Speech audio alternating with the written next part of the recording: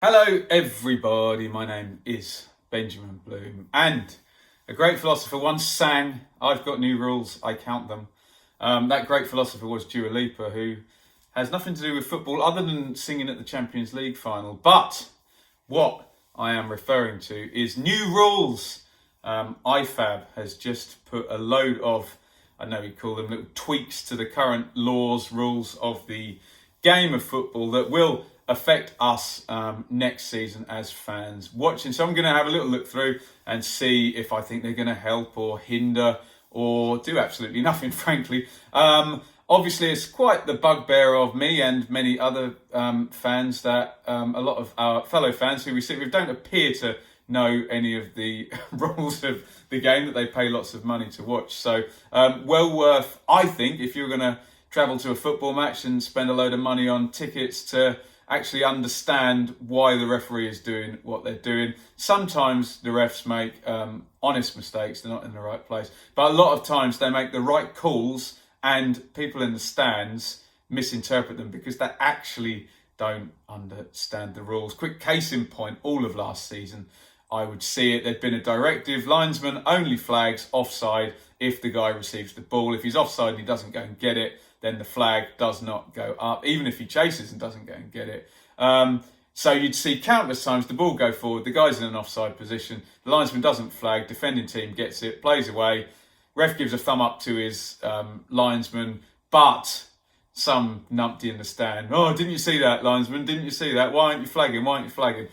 So, yeah, I want to be one of the people, and I guess anyone who bothers to subscribe to a channel discussing football all the time probably also wants to be someone that actually understands what these rules are all about. So as of the 1st of June, these rules have changed and we get some good stuff in here, some penalties and handball stuff. God, don't start me on handball.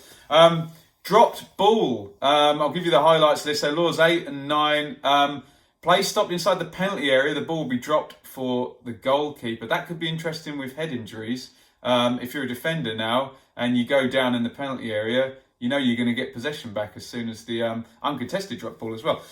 Play stops outside the penalty area. Ball will be dropped for the team that touched the ball last. And in all cases, other players must be 4 metres away. That's quite good. So any of this tactical stuff, well, it's still going to go back to the attacking team. And we won't get this ridiculous palaver of the drop ball and the team, quote, gives the ball back. But they give the ball back by booting it right down the pitch into the other corner. The entire game resets and the advantage is lost. If the ball touches the referee, this happened, didn't it? It goes into the goal. Team possession changes or a promising attack start, a drop ball is awarded. That looks like a contested drop ball and that sounds absolutely fair enough. So with the drop ball rules, yes, I like what they've done in respects of stopping the ball getting booted down the pitch and teams losing their advantage. I'm interested to see how, if play is stopped inside the penalty area, the ball's dropped for the goalkeeper works out, especially with the head injury business, because the ref has to stop the game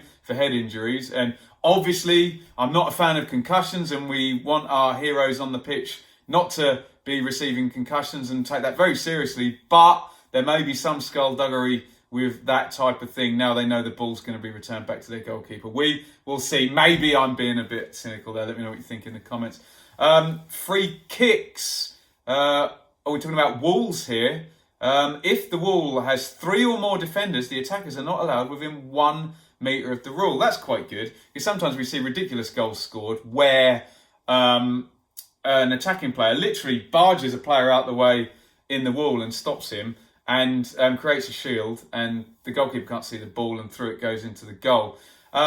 What I think we will see now because of this is a lot of 3-man walls, because why would you put a 2-man wall up? Because that can be infiltrated by players from the other team. So that's probably quite good. When the defending team takes a free kick in their own penalty area, the ball is in play once the kick is taken. It doesn't have to leave the penalty. We'll come on to that when we talk about goal kicks, because that's changed there. So yeah, thumbs up for the free kicks, thumbs up for the drop balls so far.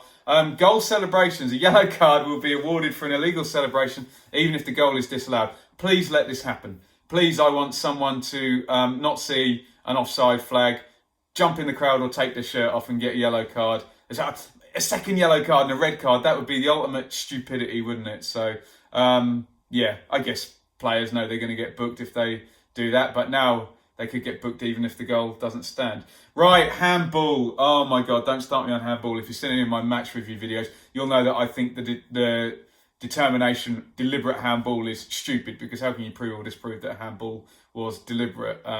The team who's been penalised will always say that it's not, and the team who's attacking will always say that it is. It's a pointless definition. Right, here we go. The following handball situations, even if accidental, will be a free kick. Hallelujah, thank God they've cleared this up. The ball goes into the goal after touching an attacking player's hand arm. You can't score with your hand, even if it's not deliberate. Well done, IFAB, thank God. And the world's greatest ever player can have his goal chalked off in 1986 now, can't he? A player gains control of the ball after it has touched their hand arm and then scores or creates a goal scoring opportunity. I mean, this will be very interesting in the Premier League where they've got the VAR, because they can wind this back and judge goals in about 20 different ways. Obviously, we don't think goals should be scored, deliberate or not deliberate, if it comes off the arm. So, yep, thumbs up from that. The ball touches a player's hand arm, which has made their body unnaturally bigger. This is a thumbs in the middle for me. That is so hard to do. I saw one last year, Wigan v Norwich.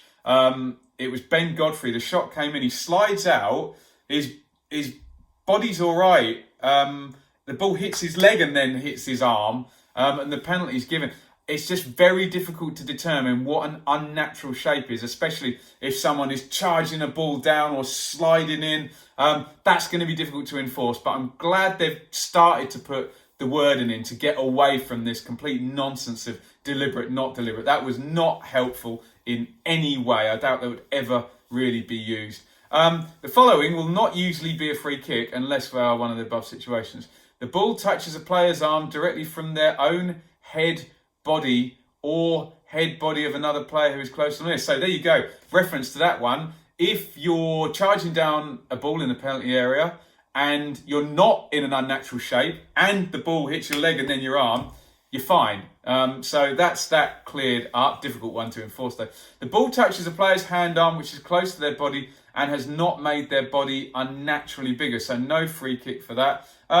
Yeah, that's okay. We've gone from deliberate to unnaturally bigger now, haven't we? Unnaturally bigger.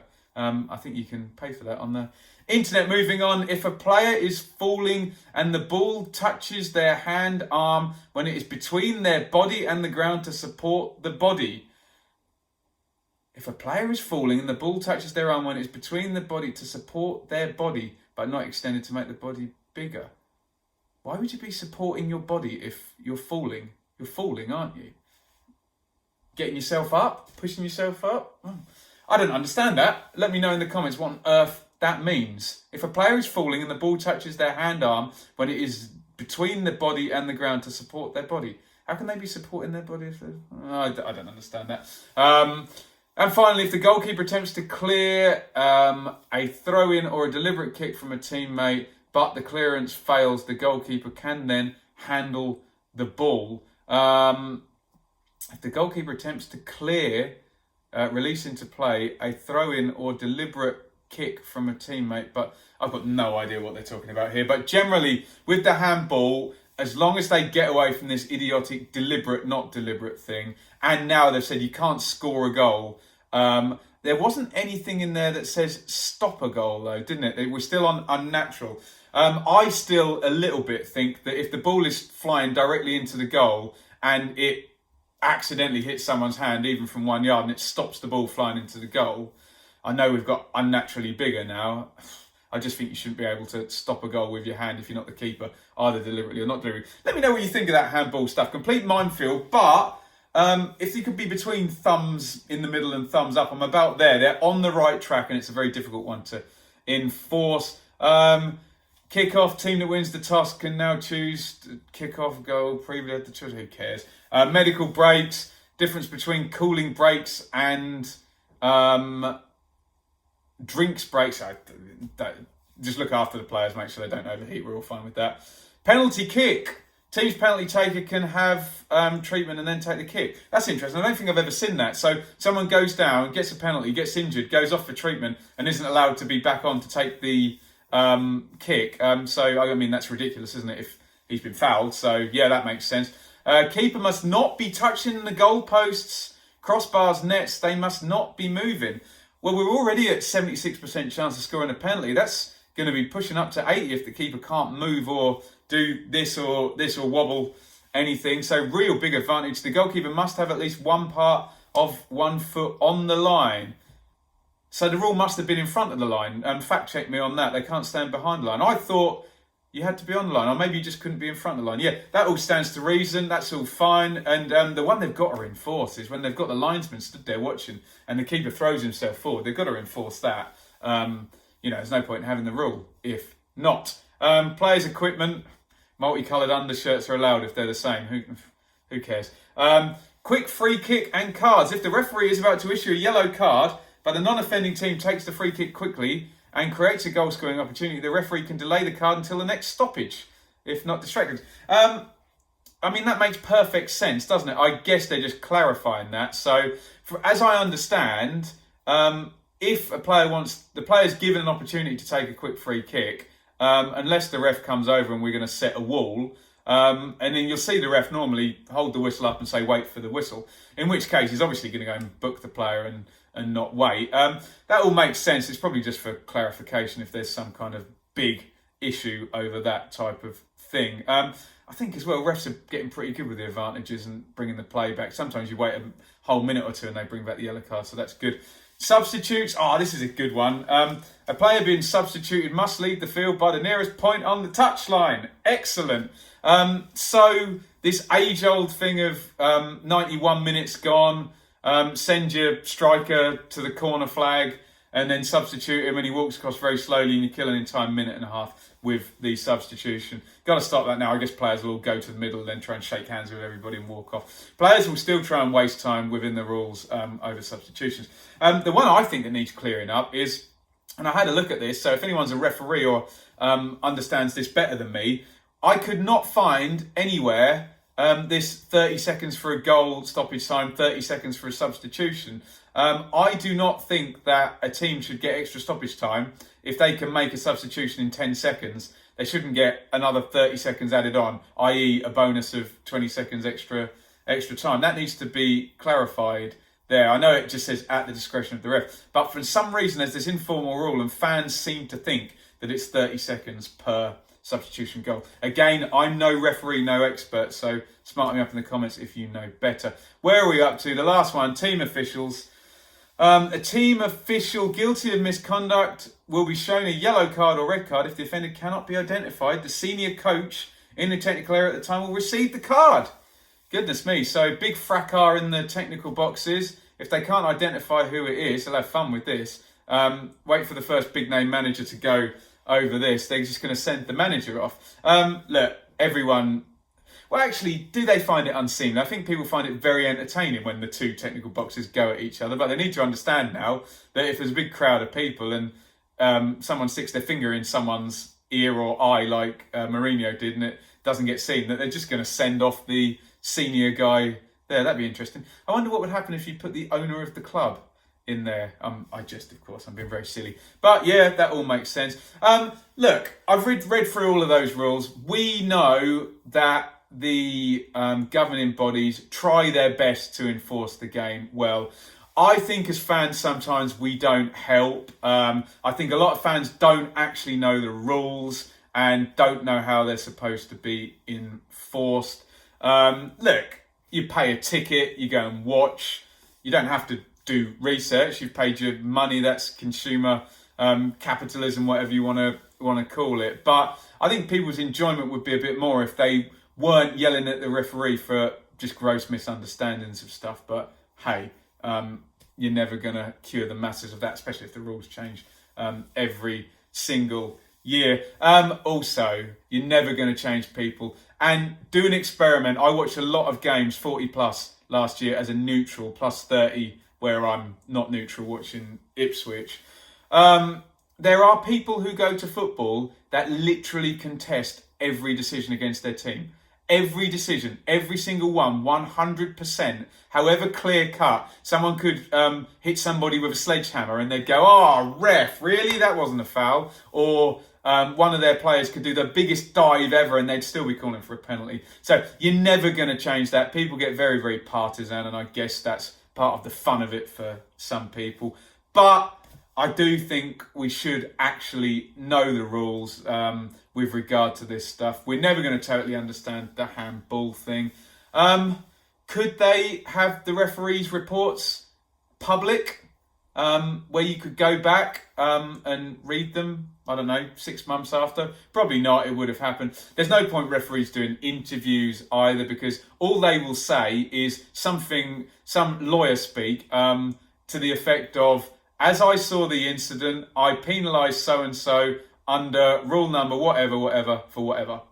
That's all they're going to say. Even if they're right or wrong, they'll say, as I saw it, I punished them for that. You can get no other explanation other than that. So I think they're trying their best. Sometimes they get the stuff wrong. Sometimes fans don't know the rules. And sometimes fans are just ridiculously biased. And go and watch the game as a neutral to see how biased probably 90% of football fans are. Anyway, let me know what you think of the new rule changes. Do you think they're going to help, hinder, or do absolutely nothing? If you know more about the rules than I do, i.e. you might do refereeing at the weekend, then please do comment, because I'm a fan. I've done no study of this whatsoever other than reading this iPad right here. So, I'm open to the fact that I could be wrong about some of this stuff, and I'm very much willing to learn. So I'm not the guy yelling at the linesman when he just hasn't flagged because he's been told not to flag.